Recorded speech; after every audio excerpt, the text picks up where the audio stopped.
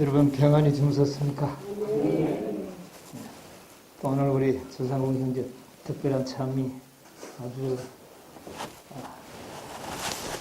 소력 있는 참여를 불러주셔서 감사합니다.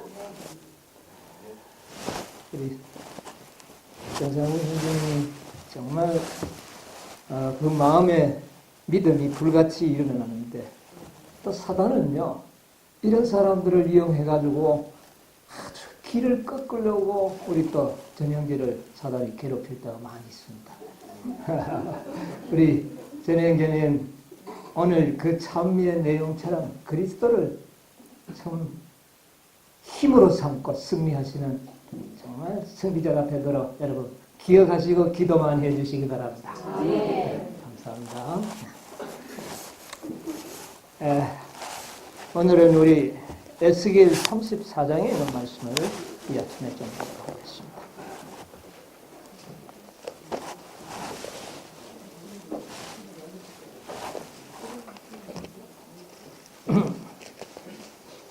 에스겔 34장 1절로부터 있는 말씀을 제가 읽겠습니다.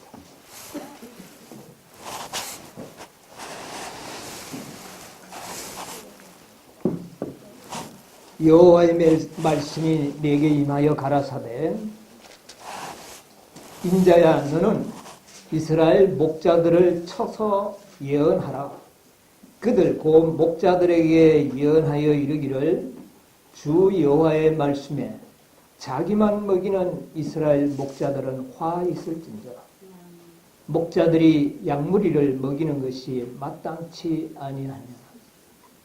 너희가 살찐 양을 잡아 그 기름으로 먹으며 그 털을 입되 양의 무리는 먹이지 아니하는도다. 너희가 그 연약한 자를 강하게 아니하며 병든 자를 고치지 아니하며 상한 자를 사며 주지 아니하며 쫓긴 자를 돌아오게 아니하며 잃어버린 자를 찾지 아니하고 다만 강포로 그것들을 다스렸도다. 목자가 없으므로 그것들이 흩어지며 흩어져서 모든 들짐승들의 밥이 되었도다. 내 양의 무리가 모든 산과 높은 맷뿌리에마다 유리되었고 내 양의 무리가 온 지면에 흩어졌을 때 찾고 찾는 자가 없었도다. 예. 이제 5절까지만 읽고 말씀을 드리도록 하겠습니다. 이 말씀을 보면 하나님께서는 이 이스라엘의 지도자들을 하나님께서는 무엇으로 삼았다는 것을 알 수 있습니까? 목자로 삼으셨다. 그래서 이스라엘 유대교회, 이 교회의 그 지도자들을 쳐서 예언하는 말씀입니다. 내가 너희들에게 양떼를 맡겼거늘 너희들이 내 양을 먹이지 아니하고 오히려 살찐 양들을 어떻게 해요? 잡아먹고 그 가죽에 벗겨서 그 옷을 너희들이 해 입으면서 양들은 먹이지 아니하였다. 그렇게 이야기를 하셨습니다. 그러면서 너희들이 그렇게 함으로 말미암아 모든 양들은 다 흩어지고 또 들짐승들의 밥이 되고 그리고 모든 양들은 높은 맷뿌리마다 유리하게 되었고 그리고 양들은 온 지면에 흩어졌을 때 너희들은 찾지 아니하였다. 그렇게 이야기합니다. 이게 예언이라고 그랬죠. 쳐서 뭐하라? 예언하라. 이렇게. 이건 예언입니다, 여러분.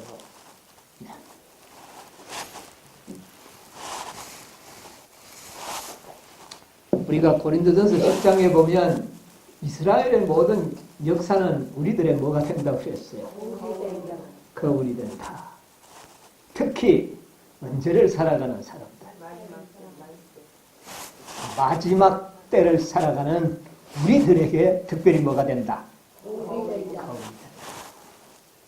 이것도 우리의 거울로 에스겔 선지자를 통하여 우리에게 보여준 거울입니다. 이 1차적으로 이 예언은 이스라엘 유대인들에게 유대교회에 적용이 됩니다. 이 유대교회가 하나님이 맡기신 양들을 제대로 인도하지 못하고 많은 연약한 자들, 병든 자들, 상한 자들을 돌보지 아니하고 그리고 또 자기들에게 말을 조금만 잘 안 들으면 쫓아 출교시켜버리고 그래서 쫓겨난 양들이 많이 있었지만 너희들이 그 양들을 다시 불러올 계획이 없다. 그러면서 책망을 하셨어요. 그래서 내 양들은 들짐승들에게 어떻게 해요? 먹이 당했다. 그리고 모든 양들은 저 높은 산에서 유리하는 자가 되었다. 이것은 1차적으로 이스라엘 백성들에게 적용되는 유대교회에 적용되는 그런 예언입니다. 그런데 그것이 오늘날은 교회들에게 적용되는 말씀이기도 합니다. 여러분, 유대교회는 하나님의 그 양을 치는 목자로서 부름을 받은 교회입니다. 그런데 그들이 그렇게 하지 못했죠. 그래서 34장 15절로부터 보면 이렇게 말씀을 했습니다. 나 주 여호와가 말하노라 내가 이제는 친히 어떻게 해요? 목자가 되어 내 양의 목자가 되어 그것들을 누워 있게 하리라. 누가 목자가 되겠다고요? 여러분, 이 세상을 하나님의 두 왕국으로 성경은 이야기를 하고 있는데 첫 번째는 은혜의 왕국. 보라, 천국이 가까웠느니라. 그게 저 영광의 왕국이 아니고 은혜의 왕국입니다. 그 은혜의 왕국이 되기 직전에 유리하는 양을 찾기 위하여 하나님께서 내가 친히 뭐가 되겠다?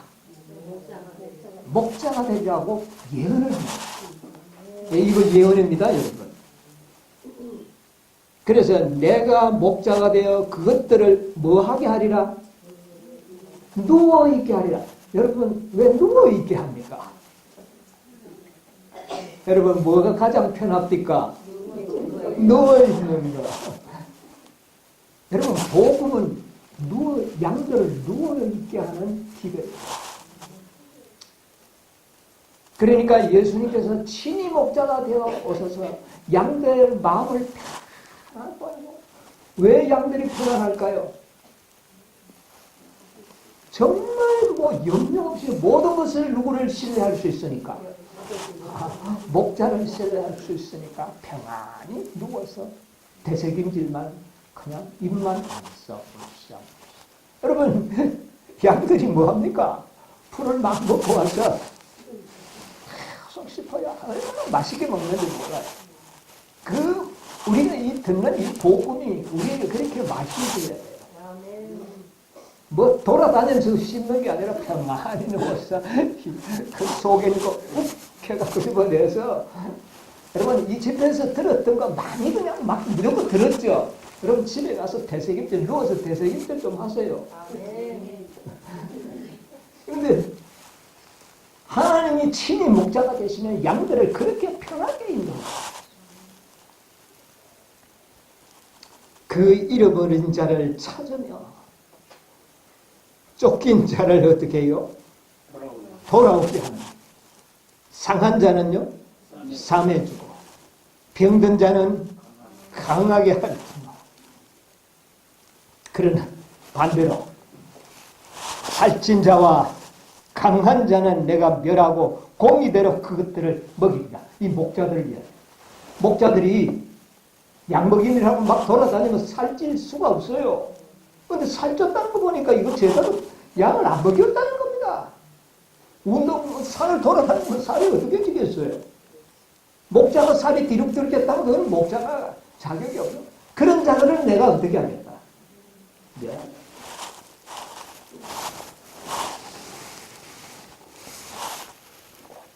나 주 여호와가 말하노라.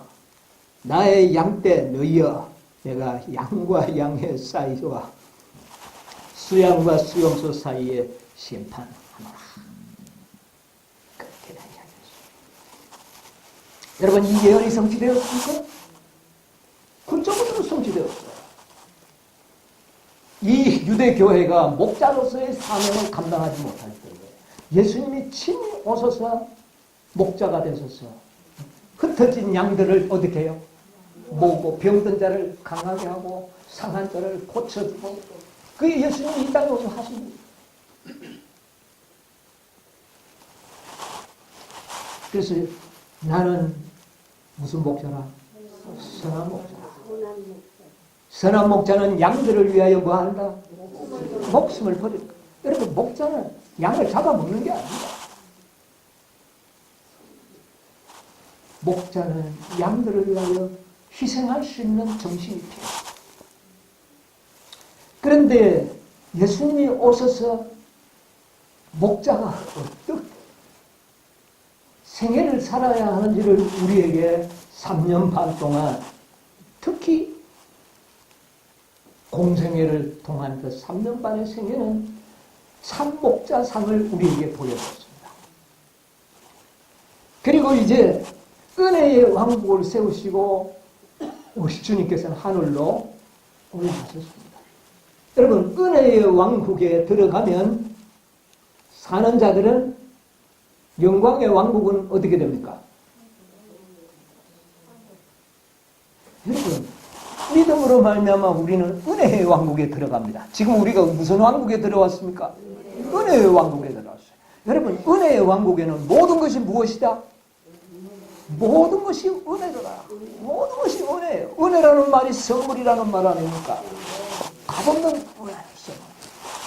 우리가 지금 은혜로 살고 있습니다. 모든 것이 은혜입니다.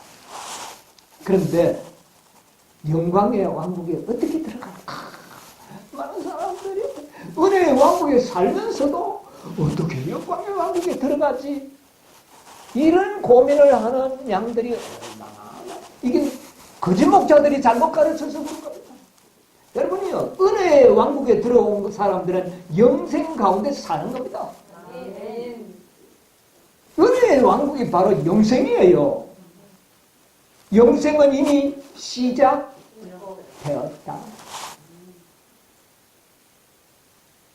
꼭 저 영광의 나라, 거기에 가는 그걸 구원으로 자꾸 삼으려고 그래요.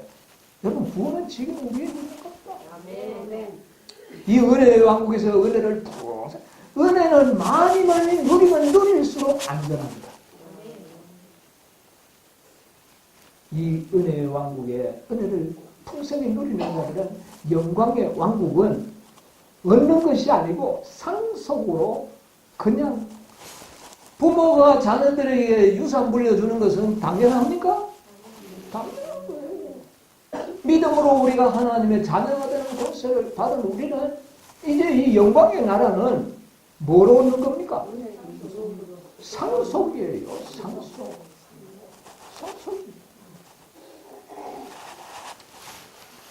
그래서 우리는 은혜의 왕국에 산다고 말은 하면서도, 아이고, 어떻게 구원받지? 무슨 구원이고, 구원이 종류가 그렇게 많습니까? 학자들은 무슨 구원, 칭의의 구원, 성화의 구원, 온전한 구원, 잘 가르치는 것 같아요. 복잡해요. 여러분, 마지막으로 전하는 복음은 모든 것을 삼켜버리는 기별입니다. 모든 것을 삼켜버린다. 물론 칭의의 구원, 성화의 구원, 온전함의 구원, 이렇게 층층으로 우리가 자세히 배워야 할 때도 있습니다. 그러나 이제 마지막 구원은, 이 복음은 뭡니까? 모든 것을 삼켜버린다는 거예요. 이제는 이런 때가 우리가 된 겁니다. 그래서 예수님께서 친히 이 땅에 오셔서 목자상을 우리에게 보여주고 있어요. 그런데 이제는 예수님께서 영은혜의 왕국을 세우시고 그 은혜의 왕국의 목자들을 세웠어요. 네. 예수님께서 목자들을 세우고 예수님은 하늘로 올라가셨어요. 그 목자들이 누구냐 하면은 교회입니다. 네. 이 교회가 바로 목자의 역할을 해야 되는 겁니다. 여러분, 교회가 예수님이 세우신 교회가 시대를 거쳐서 몇 교회가 예언이 되어 있습니까? 7교회. 7교회. 첫째 교회가 에베소 교회의 그 지도자들은 예수님이 세우신 목자들이에요. 그들이 누구죠? 제자들, 12제자들. 예. 그 12제자들은 목자의 일을 성공적으로 잘 했습니다. 그래서 에베소 교회가 처음에는 잘했어요. 그러나 1세기가 지나고 제자들이 하나둘 다 죽고 없어졌을 때 그 다음부터 이 목자로 세움을 받은 자들이 잘했나요? 그때부터 잘 못하는 거예요. 그래서 에베소, 다음에 스무나, 버가모, 두아디라 이 시대 동안 목자들은 이거는 뭐 완전히 양들을 완전히 삼키는 목자들이에요. 1260년 동안 종교 암흑 시대가 됐어요. 이 목자들은 완전히 양들을 어떻게 해요? 양만 보면 다 잡아먹는 그런 목자들로 변신이 되어 대동한 목자들이 되어요. 이 시대를 갖다가 종교 암흑 시대라고 보고 그 교회를 갖다가 로마 천주교회라. 우리가 그렇게 알고 있죠. 이 로마 법왕권이 다스리던 그 교회 시대는 양들이 수천만 명의 양들이 그들에 의하여 어떻게 됐습니까? 주님을 따르는 그런 대도한 교회가 있었습니다. 이것이 바로 불법의 비밀이었습니다. 하나님이 허락하셨어요. 그래서 예언하기를 2300주야까지는 그때 가서는 내가 다시 완전한 목자들을 세우리라. 그렇게 예언하셨거든요. 그래서 양들을 다시 불러 모을 것을 예언한 거예요. 그게 다니엘서 2300주야예요. 그래서 2300주야가 되기 전에 성소를 정결하게 하기 위해서 목자들을 세워서 성소 회복 사업을 시작한 거예요. 여러분, 지성소를 회복하기 위해서는 뭐가 먼저 회복이 되어야 합니까? 성소는 이런 뜰로 휘장을 쳐서 뜰로 구분이 되어 있죠. 그렇죠? 그러면 문이 1260년 동안 양의 문이 없어져 버렸습니다. 그럼 뭐부터 만들어야 돼요? 문부터 만들어야 돼요. 양이 들어가서 우리로 들어갈 수 있는 문이 필요해요. 그래서 그 일을 하는 목자들을 부르기 시작했습니다. 여러분, 우리 지난해 마지막 그 12월 달에 본 거죠. 이 개혁의 새벽별이 누구라고 그랬어요? 위클리. 위클리. 그 다음에 개혁자가 루터. 그래서 위클립이 양의 문을 뿌리를 만든 거예요. 그러니까 개혁의 새벽별이라고 그러잖아요. 새벽별은 그리스도를 나타냅니다. 내가 양의 뭐라? 문이라. 그 개혁자가 바로 위클립. 그 다음에는 문이 생겼으니까 들어가야 돼요. 들어가면 뭐가 있어야 됩니까? 이 로마 법왕권은 번제단을 다 없애버렸어요. 물두멍도 없애버렸어요. 그러니까 이제 뭐를 다시 만들어야 돼요? 물두멍, 번제단과 물두멍을 만들어야 돼요. 그것을 만들기 위하여 새로운 목자를 불렀는데 그들이 누굽니까? 마르틴 루터. 그 외에 많은 개혁자들이죠. 그래서 마르틴 루터가 믿음으로 말미암은 의의 기도를 전하면서 그래하여 그들이 바로 하나님의 목자들로 부름을 받은 것. 그래서 그들에 의하여 어떤 교회들이 세워졌습니까? 뭐 루터 교회도 생기고 많은 좋은 개신교회들, 일부 개신교회들이 바로 이 교회가 사대와 빌라델비아 시대에 하나님의 목자들로 부름을 받은 교회들입니다. 그래서 우리가 이걸 나눠봅니다. 예배실 시대에 목자들이 있었고, 그 다음에 이 종교 암흑 시대를 거쳐서 이제 4대 빌라델비아의 새로운 목자들이 부름을 받게 됩니다. 그런데 이 목자들이 제가 딱 그 예언적으로 이렇게 갖추려 보니까 5번 목자들이 부름을 받았더라고요. 네. 이 5라는 숫자가 정말 우리 다섯째 천사의 기별과 얼마나 맥락을 이렇게 함께 해주는 것이죠. 자, 그래서 에베소 시대에서 시작되어서 바로 두아디라까지는 한 시대의 그 목자들입니다. 처음에는 잘했지만 나중에 그렇게 됐고, 그 다음에 새로운 목자를 불렀는데 그들이 바로 마틴 루터와 개신교회들의 그 지도자들, 개혁자들을 통하여 목자들을 불러서 교회를 세운 것이 오늘날 일요일 교회들입니다. 근데 이 일요일 교회들이 왜 목자로서 실패합니까? 하나님의 목자로 처음에 일을 잘했어요, 못했어요? 잘했습니다. 그런데 왜 무너지는 바벨론의 그런 선고를 듣는 교회가 됩니까? 오늘 그래서 제가 이 역사를 이 아침에 간략하게 좀 소개하기 위해서 오늘 이 주제를 하겠습니다.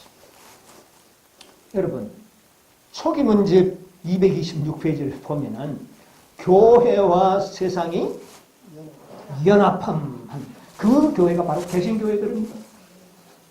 그들에게 사단은 어떤 정책을 가져왔느냐면 온건 정책을 사용했다 그러죠. 핍박을 하니까 교회가 어떻게 됩니까? 이제는 막 일어나는 겁니다. 그러니까 사단은 핍박보다는 이제는 무슨 정책? 온건 정책을 그들에게 제시하고 너희들이 조금만 타협하면 이 세상에서 아주 부귀영화를 누리며 살 수 있다는 그런 정책을 제시했을 때 그만 이 개신교회들이 여지없이 무너져 버렸습니다. 개신교회들이 지금도 구하는 축복이 뭡니까? 어떻게 하면 우리 아들 서울대학교 가느냐, 어떻게 하면 좋은 직장 돈벌이 잘 되냐, 이런 축복을 구하는 교회들이 되어버렸다는 거예요. 하늘나라가 전심으로 그의 나라와 그의 의를 구하는 그런 목자들이 아니고 세상의 부귀영화를 추구하는 교회입니다. 이게 예언입니다. 이것을 이렇게 마지막 선지자를 통하여 제시해 주신 걸 보면 기가 차지 않습니다. 그래서 이거 한 구절 좀 소개하고 읽어드리겠습니다. 읽어드리겠습니다. 226페이지에 있는 말씀을 읽어드릴게요. 여기 보면 교회와 세상의 연합함, 이 단락에 보면 밑에서 첫 번째 단락, 그러므로 사단은 무슨 정책을? 온건한 정책을 쓰기로 작정하였다. 성도들에게, 그 밑에 보면 성도들에게 혹독한 핍박을 가하지 않도록 다이루고 오히려 자기 부하들에게, 신자들에게 뭐를 가하지 않도록? 핍박하지 못하도록 자기 부하들을 독려했다는 거예요. 참 놀랍죠? 이래가지고 이렇게 하니까 이 목자들이 그만 해이해지기 시작합니다. 어떻게 됐느냐? 그 오른쪽 단락 밑에 첫 단락에 보면 교역자들은 뭐라 그랬어요? 육적인 신자들의 비위를 맞추기 위하여 무난한 것들을 설교한다. 그들은 감히 예수와 성경상 명료한 진리를 설교하지 못한다. 왜냐하면 그 다음에요? 뭐라고요? 그렇게 하게 되면 육적인 신자들이 교회 안에 더 이상 남아있지 않을 것을 두려워하기 때문이다. 그런데 이들이 어떤 사람들인가? 세상의 부자들이라는 겁니다. 예, 저들은 대부분 부유함으로 교회의 세력을 가지고 있는 사람들이다. 그래서 그런 사람들의 비리를 맞추려. 이러니까 거짓 양들은 많이 왔지만은 양이 아니죠. 그는 염소들은 많이 들어왔지만은 양들은 어떻게 되는 것입니까? 흩어집니다. 그러니까 하나님께서 또 새로운 목자가 필요하겠죠. 그래서 새로운 목자를 일으켰는데 불렀는데 그들이 누구냐? 이제 세 번째입니다. 이거 두 번째고. 세 번째 목자들을 불렀는데 첫 번째로 부름을 받은 자가 윌리엄 밀러. 첫째 천사와 둘째 천사와 셋째 천사의 기별을 연결하여 보냄으로 인하여 한 거룩한 하나님의 부르심을 받은 목자들이 부름을 받게 됩니다. 여러분 그 첫째와 둘째, 셋째로 말미암아 부름을 받은 목자들이 누굽니까? 오늘날 아니에요. 재림교회가 세 번째로 목자를 부른 것은 첫째, 둘째, 셋째로 인하여 교회로 세워진 교회는 바로 제7일 안식일 예수의 재림교회는 새로운 목자로 부름을 받은 교회입니다. 이 교회를 통하여 하나님께서는 일요일 교회에서 핍박받고 그들은 뭐 종교 어떤 세상에서 핍박을 받은 게 아니에요. 여러분 이 핍박이라는 것은 영적인 핍박은 참 놀랍습니다. 자기와 같지 않으면은요 고약한 염소들은 개를 박아버려요. 그럼 여기 가면 이리 받고 저리 가서 저리 받으면 양들은 있을 곳이 없으니까 어떻게 합니까? 그렇게 흩어진 무리들을 모으는 일을 새로운 목자가 해야 됩니다. 그래서 새롭게 모인 양들을 그 양들에 의하여 조직된 교회가 바로 제7일 안식일이었죠. 처음에는 목자들이 잘했습니까? 처음에는 언제든지 잘했어요. 그런데 조금 있으니까 또 이 교회가 문제가 목자들이 문제가 있어요. 언제든지 목자가 선한 목자만 있으면 양들은 내 음성을 어떻게 해요? 분명한 양은 있습니다. 그런데 목자가 선한 목자가 아니면 양들은 따르지 않습니다. 여러분요, 양은 반드시 선한 목자만을 따라갑니다. 거짓 목자는 절대로 양들이 따라갈 수가 없어요. 좀 따라가려고 노력하다 안 되면 흩어져. 여러분, 제7년식 예수저인교회가 많은 양들을 모았습니다. 흩어졌던 양들을 모아서 좋은 양의 우리가 되었는데 왜 그러면 문제가 생겼냐? 성경에도 보니까 문제가 생겼죠. 나는 부자라 부유하여 부족하여 없다 하나 내가 너를 볼 때는 너희들이야말로 어떻다? 가련하고 눈멀고 벌거벗었고. 그러면 이 목자들이 잘한다는 말입니까? 못한다는? 전혀. 그럼 재림교회는 왜 무너졌는지 아닙니까? 사단의 정책이에요. 이 개신교회는 완전한 온건 정책만 사용하고 있습니다. 오히려 핍박하려고 하는 부하들이 있으면 못하도록 루스벨이 그렇게 했어요. 그런데 재림교회는 온건 정책과 핍박을 동시에 사용하였습니다. 여러분, 셋째 천사의 기별을 통하여 율법을 지키는 놀라운 하나님의 거룩한 교회가 세워지고 양들이 되었잖아요. 그런데 여러분, 율법 지키는 일이 쉬운 일입니까? 율법 지키면 뭐가 오게 돼 있죠? 무릇 경건하게 살고자 하면 무엇이 오리라? 핍박. 여러분, 셋째 천사는 핍박이었습니다. 율법을 지키는 그 이유 때문에 핍박이 왔는데 가장 큰 핍박은 사단이 고안한 핍박이 있습니다. 그것은 뭐냐? 마지막 라오디게아 교회를 위하여 사단이 준비한 것은 이 천재. 그래서 예언의 가운데 보면 우리에게는 지금 전 세계에 무슨 기울이 감돌고 있다? 전쟁의 기울이 감돌고.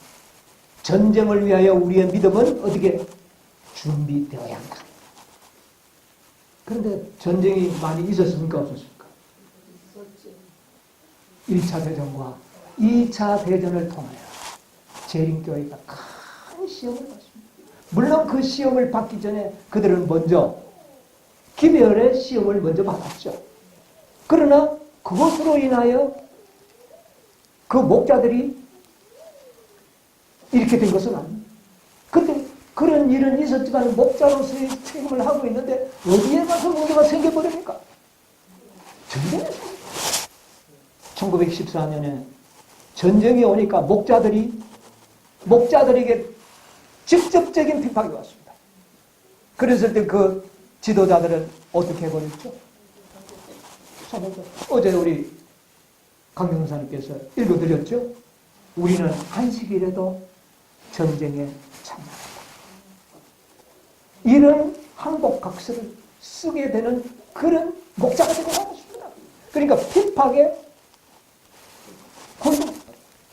그 다음에 한편으로는 타협만 하면 너희에게 유리한 세상의 조건을 가지고 부귀영화를 누릴 수 있다는 제시를 해요. 그래서 대다수의 많은 사람들은 가나안으로 향하여 가던 그 방향을 돌려서 어디로 향하게 되었다? 애굽으로 방향을 돌려버렸다 그랬어요. 이게 계획입니다. 그래서 두 가지죠. 온건 정책에 의하여 애굽으로 가버리게 되고 그 다음에 지도자들은 핍박에 의하여 항복했다. 이때부터 참 양들을 인도하는 목자가 될 수가 없었어요. 그러니까 양들은 어떻게 될까요? 흩어지는 거예요. 절대로 양은요, 내 양은 내 음성을 듣고, 양들은 목자의 음성을 안다 그랬어요. 절대로 거짓 목자를 따라가지 않습니다. 양은 내 음성을 듣나니. 그런데 어느 날 가만 보니까 목자가 음성이 자기가 알고 있는 그런 목자가 아니에요. 그러면 양들은 어떻게 됩니까? 이 교회들이 목자로서의 사명을 포기해버릴 때에 그때부터 양들은 어떻게 됩니까? 여러분 1914년 이후로 핍박이 있는 데마다 양들이 다 어떻게 했습니까? 1914년 그 당년에만 수천 명의 양들이 흩어졌고, 그리고 그 후에 2차 대전, 그 다음에 그 후에는 공산주의와 민주주의로 나뉘어가지고 유별나게도 종교 자유가 허락되었지만은 군대라는 사회 속에는 종교 자유가 허락되지 않았어요. 근데 무슨 허락해 주대요? 앞으로 사단이 정상입니다. 지금 바뀌고 있습니다. 그래서 큰 전쟁을 통해서 군대라고 하는 전쟁의 수단의 그 도구들을 통하여 하나님의 목자들이 되어야 할 많은 사람들이 그 과정을 통과하는 가운데서 다 어떻게 되었습니까? 참된 진리를 포기하고 타협하는 겁니다. 이게 셋째 천사의 기별을 통하여 하나님께서는 거룩한 뜻을 이루고자 했던 그 일을 끝까지 갈 수 없는 이유가 그렇게 된 겁니다. 그러면 이제 또 뭐가 어떤 새로운 목자가 또 어떻게 해요? 그런데 하나님께서는 새로운 목자를 부르기 전에 이 세 천사의 기별을 가진 이 백성들이 전쟁에서도 승리할 수 있는 기별을 먼저 보내주셨습니다. 그게 뭔 기별이냐? 1888년에 믿음으로 많이 낳는 의의 기별은 우리도 능히 할 수 있다. 우리도 주님과 같은 생애를 살 수 있다고 외친 존스 와그너의 기별을 그들이 제대로만 이해하고 받아들였더라면 전쟁의 모든 핍박을 어떻게 할 수 있었습니까? 이길 수가 있어요. 그들이 만약 이기고 승리하는 목자들이 되었더라면 우리들까지 주님의 재림이 지연될 필요가 있어요.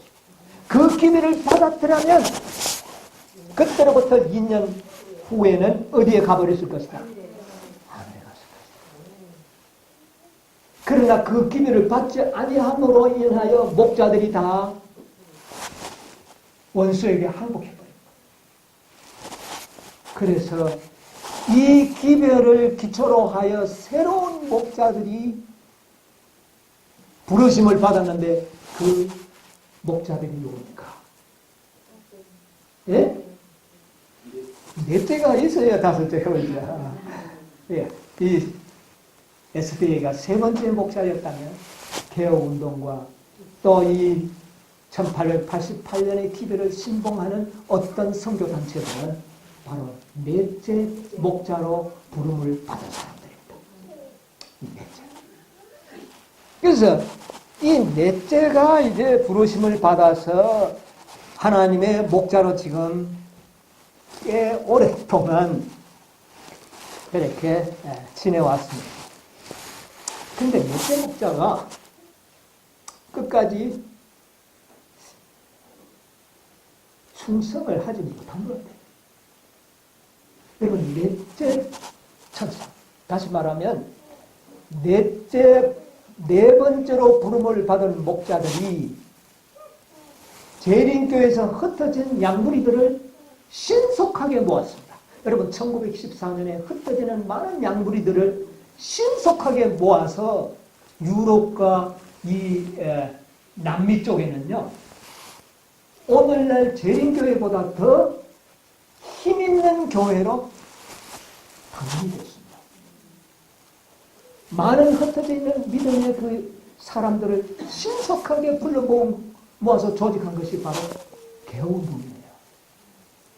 그래서 그때 이 개혁운동은요, 유럽에서는 재림교회는 전쟁으로 인하여 완전히 기가 죽어버렸고, 반대로 이 개혁운동의 조상들은 쫓겨났던 양무리들이 목자로 부름을 받은 그들을 통하여 조직된 교회는 어떻게 됐을까요? 힘있게 일어났습니다. 그래서 우리가 이제 무너진 이 율법을 우리가 지켜야 되고 우리가 세워야 한다는 그런 아주 목적을 가지고 모인 이 개혁운동은요, 유럽 지역에서 아주 굉장히 훌륭치게 만약 그 추세로 갔더라면 재림은 이미 와서이죠. 그런데 1914년부터 1940년 초반까지는 이 개혁운동이 잘해왔습니다. 순식간에 남미 쪽에도 퍼지고요. 그 다음에 유럽 전역에, 특히 동유럽, 오늘 얼마 전까지 공산주의로 있었던 그 나라들의 이 개혁운동이 굉장히 빠른 속도로 제가 유럽의 교회 대표자로 참여했을 때 그 시대에 산 증인들이 대표자로 와서 제가 많이 만나봤습니다. 헝가리에서, 불가리아에서, 루마니아에서 그때의 그 개혁운동의 조상들, 나이들이 다 70, 80이 넘은 그런 분들을 제가 만났어요. 그들의 간증을 듣고 정말 눈물을 흘리지 않았어요.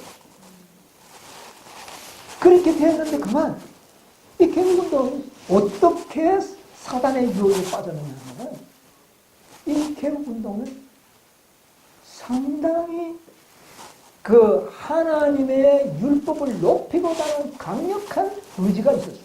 그런데 그 강력한 의지를 사단은 이용을 해서 그들의 그때 당시만 하더라도 이 예언의 신과 이런 것들이 오늘날처럼 이렇게 번역되어서 공개되어서 깨닫는다는 말이 있잖아요. 그러면서 이 개혁운동은 37개 조항의 신앙 원칙을 만들게 됐습니다. 그런데 그 조항 중에 하나가 사단이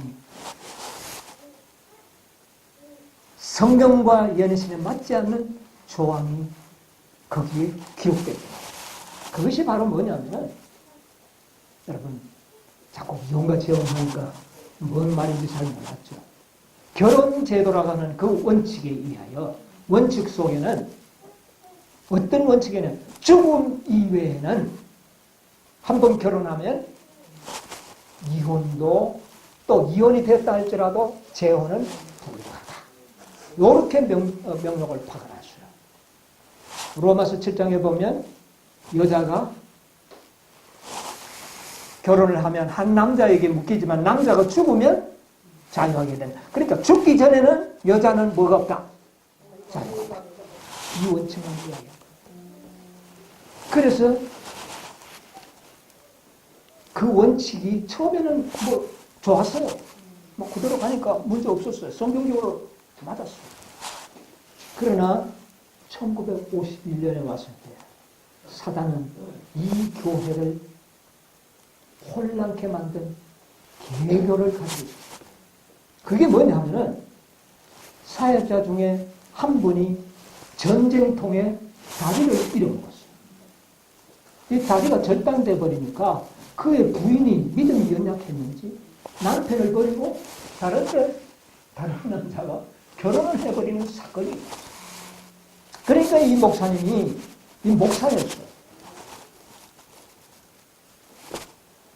이 원칙적으로는 재혼을 할 수가 없어요. 왜? 아내가 뭐 하기 때문에 살아있었기 때문에. 그러나 이 목사님은 그 어떤 조항의 세세한 내용은 잘 알지를 못했어요. 그래서 자기가 생각할 때는 아내가 저리 갔으니 자기가 다리가 이렇게 불과하고 하니까 나는 혼자 살기가 너무 어렵다.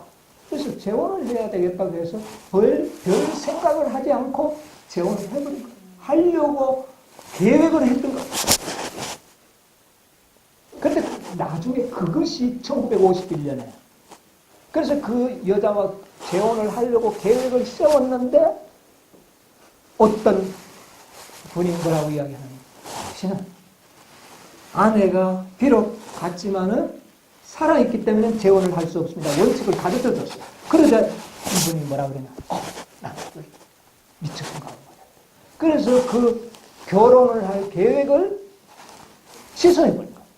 그래서 그분은 안 했어요. 안 했는데 이미 그들은 재혼을 하기로 약속을 하고 그분이 바로 이미 그 여인과 넘지 못할 선을 넘어버렸습니다. 그런데 이것이 그만 너무 갇히게 돼서 자기 측근들에게 내가 이렇게 이 죄를 저질렀다. 이거 어떻게 생각해? 그러니까 그 측근이 이게 아무도 모르는 일이니까 하나님과 당신만이 하고 나만 이제 알지 않느냐. 그러니까 회개하면 하나님이 용서해주지 않게 하는 그런 생각하고 당신 여인과 재혼 안 하니까 하나님께서 용서해 줄 거다. 그래서 그 말을 권면을 듣고 그것을 하고 공개하지 않고 그냥 덮어버린 거예요. 그런데 1951년에 그 비밀을 알고 있던 사람들이 이 형제를 이유로 삼아서 총회 당시에 이 죄가 폭로가 된 겁니다. 그러니까 이 형제가 얼마나 낯이 뜨거웠겠습니까? 그래서 이 일로 인하여 두 무리로 옥신각신합니다. 한 무리는 이거 용서하면 끝나는 문제예요. 괜찮다고 하는 무리가 있었고 절대로 안 된다고 하는 무리가 있었어요. 그래서 그 결과로 개혁운동은 두 조직으로 분리됐어요. 1950년 그 이후로 이 두 무리를 만나기만 하면 네가 옳다네. 서로 싸웠어요. 이때부터 목자로서의 올바른 정신을 가졌습니다.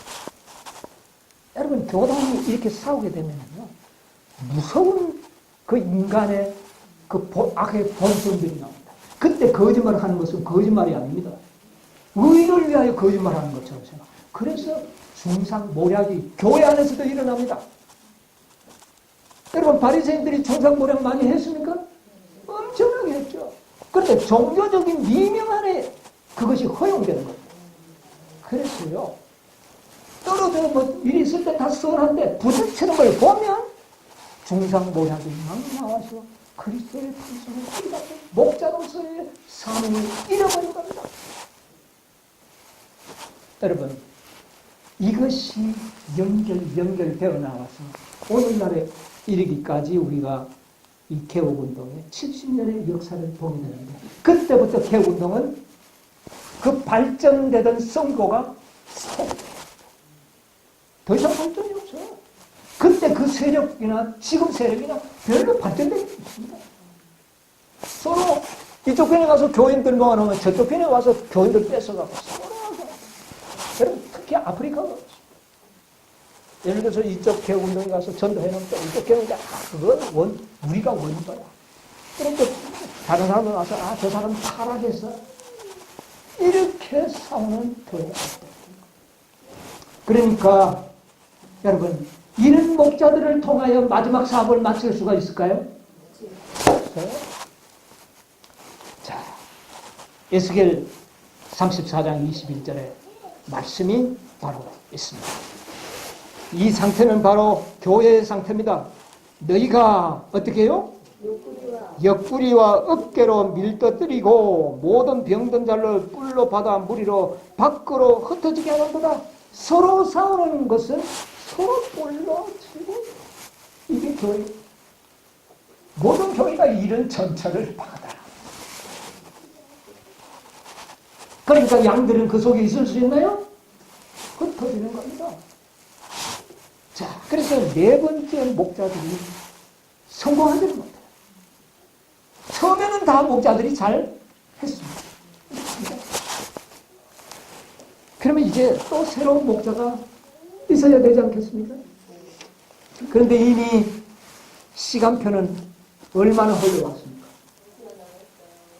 2300주야의 성서의 정결을 통하여 이미 세상이 맞춰졌어야 될 시계가 지금 얼마까지 지금 늦어지고 있습니까?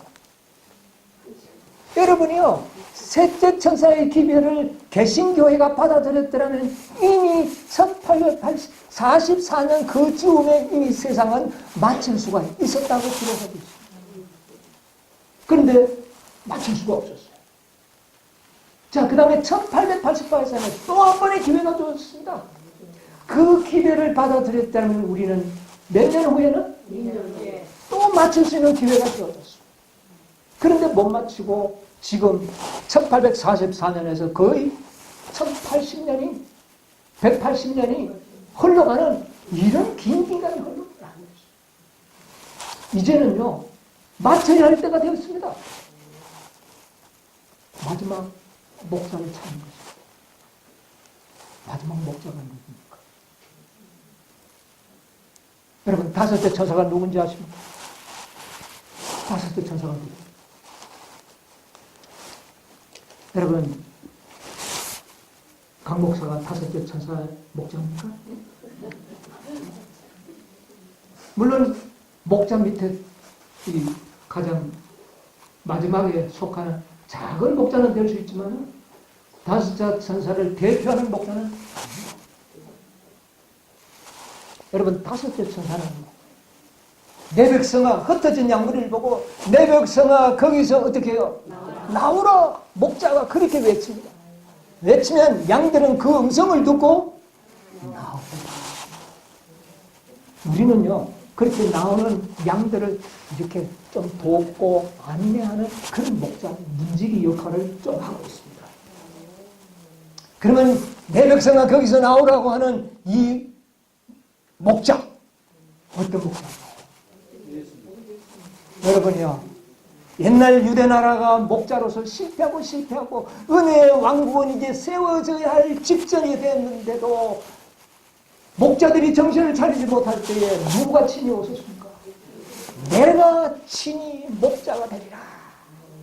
그래서 목자가 되어 오셔서 양들을 불러보기 시작했는 거죠. 그분이 바로 예수 그리스도. 나는 선한 목자라, 그렇게 이야기했습니다. 그런데 영광의 왕국이 세워지기 바로 직전까지 부르심을 받았던 이 목자들이 제대로 목자의 일을 못했던 겁니다. 네 번째까지는 교회를 통하여, 교회가 목자의 역할을 한다고 그랬잖아요. 그 목자를 통해서 일을 하려고 했습니다. 셋째 목자들이 잘했더라면 예수님 오셨어요. 네 번째 목자들이 잘했으면 예수님 오셨어요.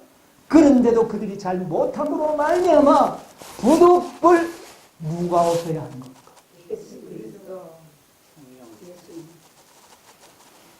내가 친히 목자가 되리라. 내 백성아 나오라는 것은 천사의 음성인데 어제 제가 말씀드렸어요. 보통 천사가 아닙니다. 어떤 천사라고요? 미가엘 천사장의 음성입니다. 그러니까 미가엘만이 내 백성아 그렇게 할 수가 있는 겁니다. 어떤 피조물이 내 백성아 이렇게 이야기합니까? 이건 누구만이 할 수 있는 말이에요. 창조주만이 할 수 있고 목자장만이 할 수 있는 그런 말입니다. 그래서 예수님께서 실체로 오신 것이 아니라 말씀으로 오신 것입니다. 여러분 천지를 창조하실 때 예수님께서는 말씀으로 오셔서 창조하시지 않았습니다. 그랬죠? 재창조의 마지막 은혜의 왕국이 세워지기 바로 직전 이제는 누가 오실 수밖에 없죠? 예수님이 친히 목자가 되는 겁니다. 그런데 음성으로 오시는 겁니다. 말씀으로 오시는 겁니다. 그래서 요한계시록 18장 4절에는 또 다른 음성입니다. 전에 외치던 천사들의 음성과는 다른 음성입니다. 천사는 천사인데 다른 천사입니다. 어떤 천사입니까? 여러분 여기에서 우리는 하나님의 섭리를 보게 됐습니다. 넷째까지는 교단을 통하여 목자의 일을 하게 하셨습니다. 다섯 번째는요. 예수님 친히 목자가 되셨습니다. 음성으로 나타납니다. 그래서 그 일을 도와서 문지기 역할을 하고 안내자의 역할을 하는 작은 목자들을 다섯째 천사들이 상징될 수가 있습니다. 그러나 주요 중심 참목자는 누굽니까? 예수님이 이 땅에 오셨을 때 그가 목자지만 12 제자들을 통하여 일을 했던 것처럼 다섯째 천사는 중심적으로는 예수님이 친히 음성으로 부르시지만 그 양들을 잘 보관하고 인도하고 도와줄 작은 목자들이 필요한 겁니다. 그들이 바로 여러분과 저가 되어야 되는 것입니다. 여러분이 우리는 이제 이 마지막 기별은 바로 천사장의 음성으로 친히 양들을 불러 모으는데 양들은 내 음성을 알고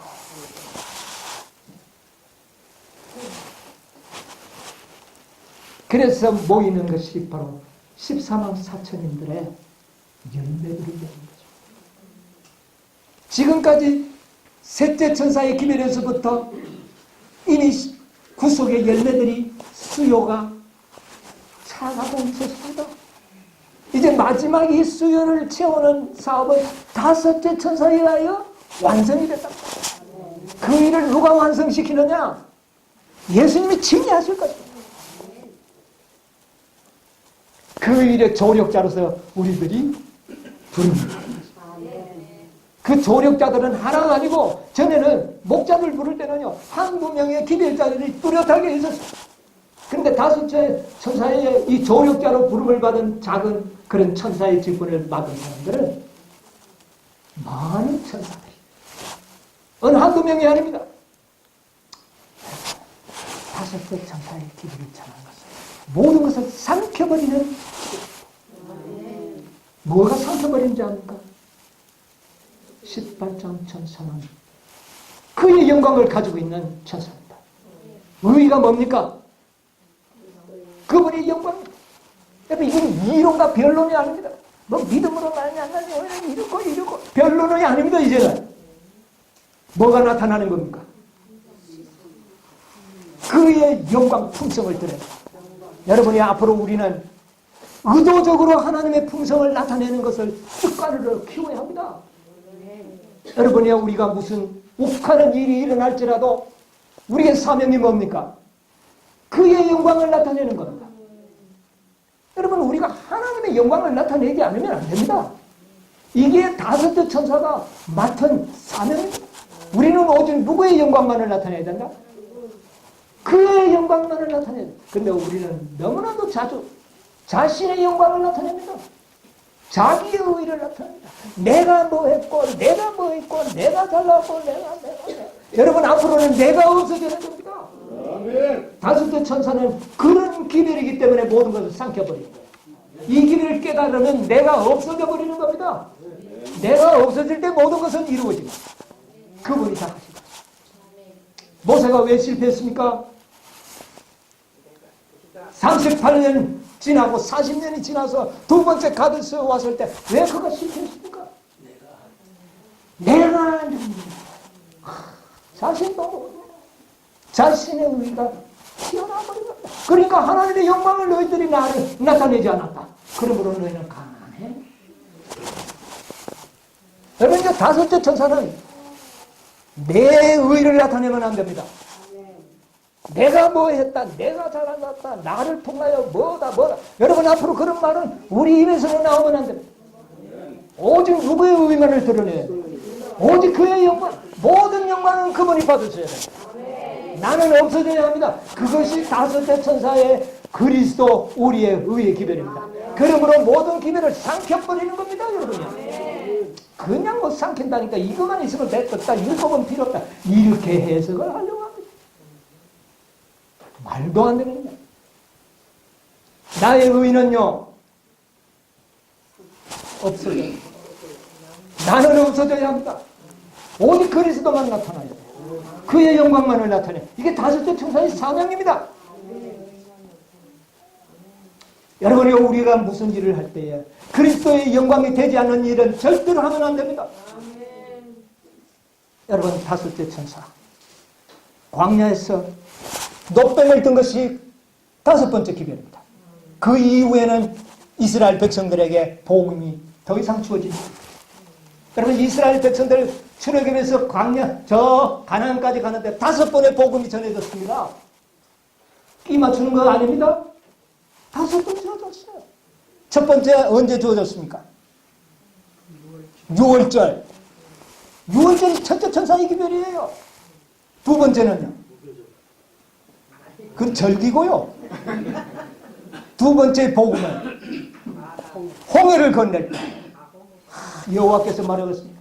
오늘날 내가 너희에게 행하는 구원을 보라. 여러분, 구원을 보여줍니다. 홍해를 거는 것은 구원을 보여줘. 둘째 천사의 기별입니다. 애굽에서 건너오는 거예요. 분리예요. 세상과 분리입니다. 둘째 천사. 셋째 천사는요, 신의 산에서 복음과 율법이 조화를 이루는 신의 산에서 율법을 통해서 셋째 천사의 기별입니다. 그 다음에 넷째 천사는요, 가데스.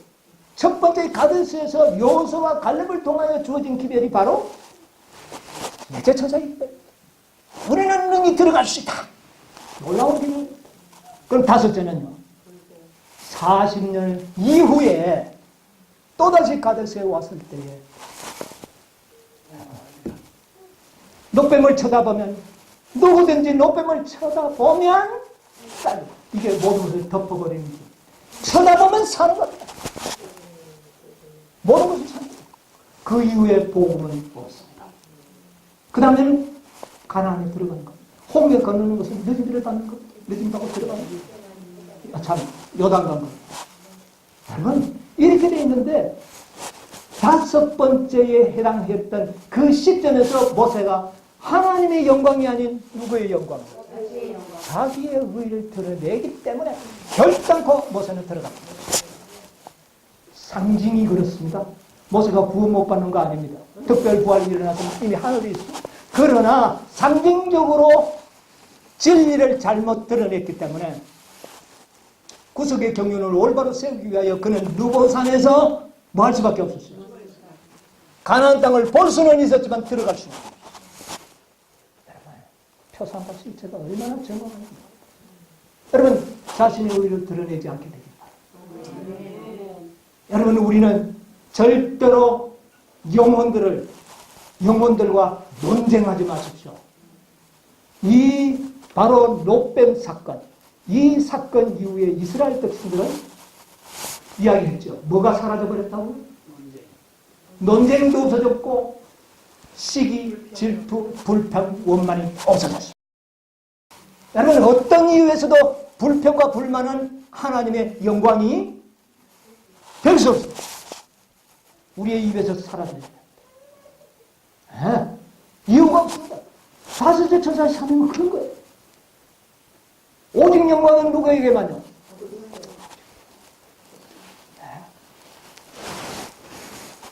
이제 요단강을 건너서 우리 가나안에 들어가는 변경까지 이미 우리가 시점이 와가 있다는 것을 나도 보여줬습니다. 이제는 더 이상 광야를 안 돌렸다고 그랬죠? 들어가면 됩니다. 그게 한 시간. 상징적으로 한 시간.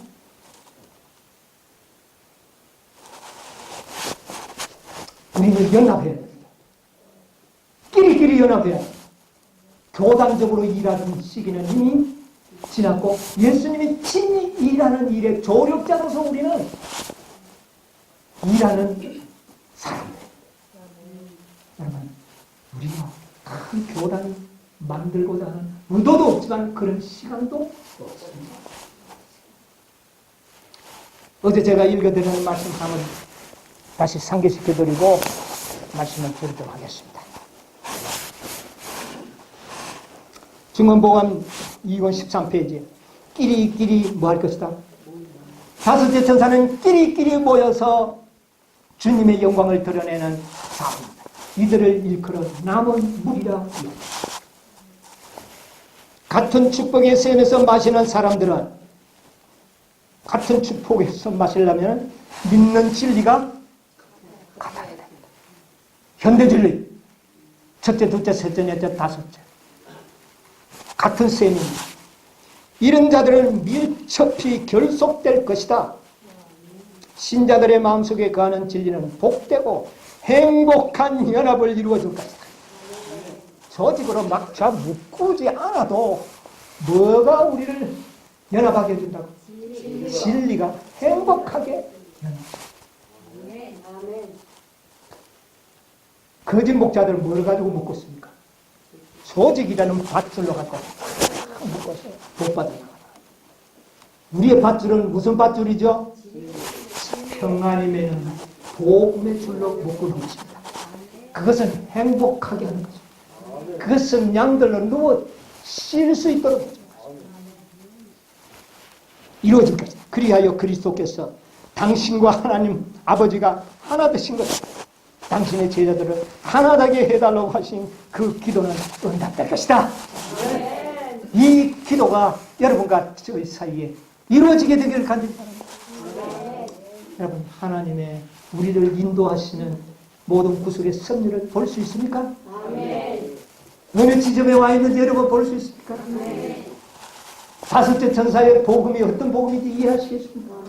앞으로 복음을 전할 때도 강압적으로 예수님께서 공생애를 사신 것은 참복자상을 보여준 겁니다. 예수님은요 5,000명이 와서 공짜 떡을 먹고 와가지고 얼마나 기뻐하고 왕으로 삼자고 그렇게 난리를 치던 그 영혼들이 그 이틀 만에 예수님께서 진리를 말하니까 어렵구나 뒤통수 걸면서 얼마나 예수님이 마음이 아플 것 같습니까? 그러나 예수님, 야 너희들 가지 말고 좀 내 말 더 들어보라. 말하자. 가는 것을 어떻게 해요? 가도록 해줬어. 이게 참된 목적. 그러나 말할 수 없는 슬픔을 그냥 가지고 있습니다. 나중에 다 가고 난 다음에 12명만 남았을 때 너희들도 갈래. 그러니까 베드로가 생명의 말씀이 여기 계시는데 우리가 니게로 가오니까 베드로가 그 말 할 자격이 없어요. 성령께서 역사하셔서 그 말을 하신 것입니다. 말씀으로 결속이고 갈 사람은 가도 오는 사람은 양을 여러분 논쟁과 시비와 원망 평안의 복음을 그냥 전하십시다. 그러면 양들은 음성을 들을 것입니다. 여러분 약속이 주어졌습니다. 내 양은 내 음성을 들을 것이다. 한 알갱이도 나는 떨어뜨리지 않을 것이다. 그러므로 여러분 매달리지 말고 줄로 묶으려고 하지 마세요. 목단의 길을 쪼지 마십시오. 진리가 자유를 누리도록 해주시옵소서. 양들이 스스로 목자를 따라오도록 만들어야 됩니다. 땡기는 것이 아닙니다. 밀어붙이는 것도 아닙니다. 스스로 따라. 이렇게 모신 자들이 일컬어서 남은 무리라 그렇게 이야기합니다.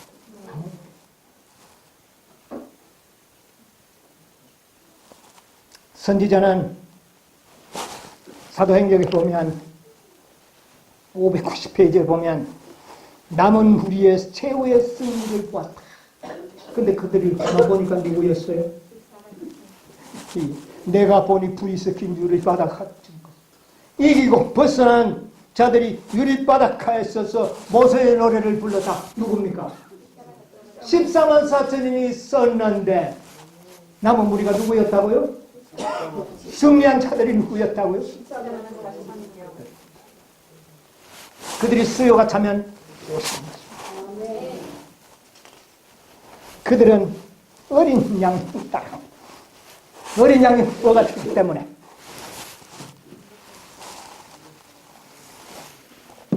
어린 양이 목자가 되었기 때문에 양들은 누구만 따라갈까요? 그런 자들이 누구라고요? 14만. 그들의 품성은 어떻다라고요? 흠과 점이 없더라. 어떻게 그래 될 수 있나요? 예수님의 품성을 선물로 받았기 때문에. 여러분, 이런 남은 무리들이 되시기를 바랍니다. 그리스도의 의만을 나타내십시다. 하나님의 영광만 하려고. 나는 없어집시다. 오늘 아침에 나는 없어지기로 여러분 결심하시기 바랍니다. 여러분의 모든 자신들을 주님께 바치시기 되기를 바랍니다. 주님 안에서 살아 움직이는 자들이 되시기를 바랍니다. 이런 자들이 남은 무리. 우리 모두 승리하는 그 무리에 동참하는 저와 여러분이 되시기를 간절히 바라면서 말씀을 마치겠습니다.